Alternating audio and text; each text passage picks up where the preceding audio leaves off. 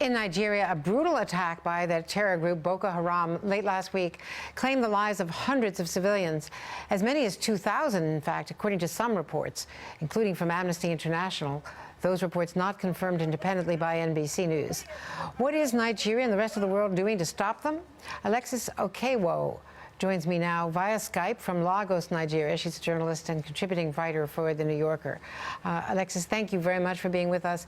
What do you know there on the ground about how many people may have been killed in this massacre?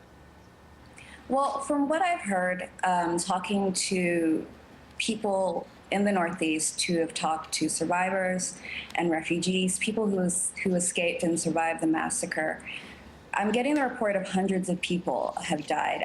People have seen hundreds of bodies.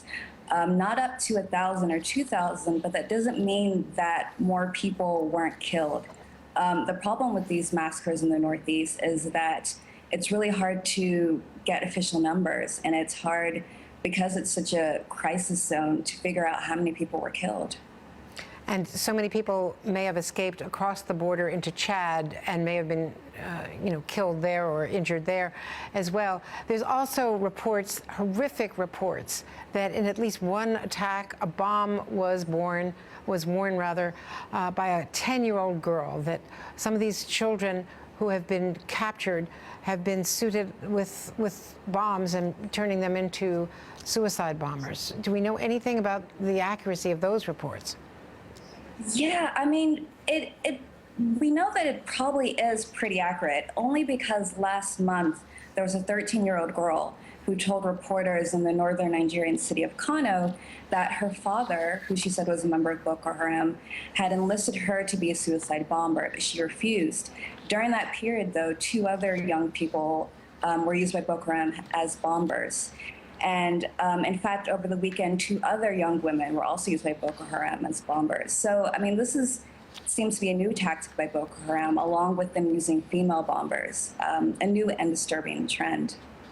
Now, there's also anger has been expressed by some in the government against the U.S. for not doing more, but at the same time, U.S. officials say the Nigerian government the military in particular, is corrupt and is cooperating with Boko Haram, taking payoffs. Who's telling the truth about these reports? Well, the problem is that the U.S. can't really cooperate with the Nigerian government to the extent that the Nigerian government wants it to, because its military is compromised. There are a lot of reports of soldiers just not having the weapons and the protective gear they need because funds have been stolen by officials, or military has been ambushed in certain occasions because Boko Haram has known their location beforehand. So it's clear that the army has been corrupted. And until the Nigerian government takes action to prosecute those who are responsible or to clean up the act of its military, there's only so much outsiders can do in this war to help Nigeria defeat Boko Haram. Thank you so much, Alexis Okeowo in Lagos, Nigeria, via Skype. Thank you for being with us.